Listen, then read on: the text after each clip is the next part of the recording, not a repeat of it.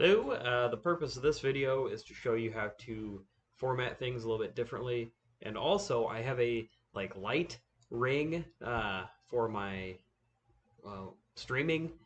I think it'll look better for my classes, so I wanted to test that puppy out. So hopefully you're looking at a more fantastic view of me.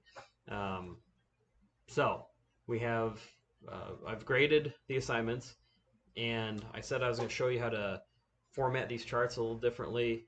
I didn't want to make the assignment about formatting, but I wanted to provide the supplemental to show you how to make charts look a little more beautiful. So this is one of your submissions. I won't say who, but so we've got hard-coded titles in here, chart titles. This is the first thing that you can automate. So if you click in here, and this is just a neat little trick, um, click in here and let's delete that. Go to the address bar and then do address here. Oh, shoot. Go back and go to the address bar, hit equals, and then select a cell, hit enter. Bingo, bango, you're on your way. You've got a title. The benefit of that, of course, is if you change this, then it will update, which is cool because if there is some minor wording change that your boss wants you to make, if you have like 8 things feeding off of this, well, you only have to update it in one spot versus 8 different spots. All right, so along those same lines, let's make this chart make a little bit more sense, because right now it just says Series 1 and Series 2. I know what that means because I created the assignment, but maybe somebody else wouldn't. So let's make this make more sense. What we need to do, it's kind of counterintuitive, or not intuitive at all, to find out how to do this. Because if you go to right-click Format Legend, well, it doesn't tell you how to format the legend, how to make it text that's filled in somewhere else. So what you need to do is right-click in the chart area, go to select data or data if you want to sound smart, and then go to series 1, hit edit, and then you just select whichever one series 1 is. In this case it's male. And you go to series 2, edit, it's female. And again, let's say your boss says, well, we don't want to say male, or we don't want to say M, we want to say male. When you do that, once again, bingo bango, you are on your way. So that's good. That's a good thing.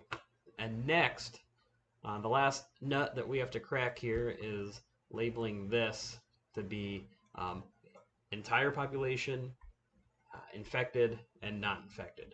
So we're going to do the same thing. We're going to go to right click, select data or data, and we are going to edit. So instead of 1, let's call you entire population. Instead of, well, now it's blank for some reason, we're going to select infected. And this, uh-oh, something happened. Check fire. I will be right back. I'm going to pause this and fix this. Okay, figured it out. I should edit it out so it looks like I know what I'm doing at all times, but I'm not going to do that.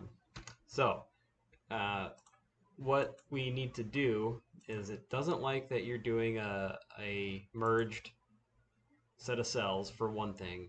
And the second thing is for these titles, it has to be like a range, not just individual cells that you're picking. Also, it's formatted weird because you don't want to have the label be infected and infected. That doesn't tell you anything. So we're going to do a little formula to make it infected Y and infected N. So down here, to make sure that our chart is reading a non-merged cell range, we're going to just create a new formula. And we're just going to equal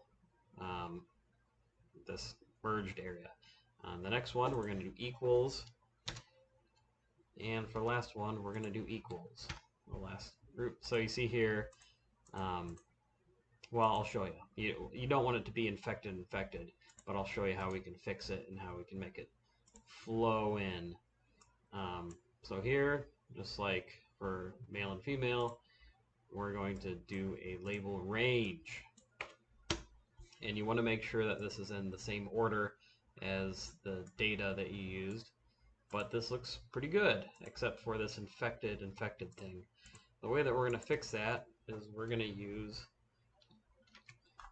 to reference, we're going to put an and in here, and then do and.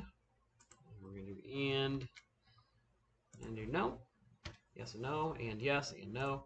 And now we can see in the graph infected yes, no. And everything flows. That way, if your boss changes their mind on how they want this formatted,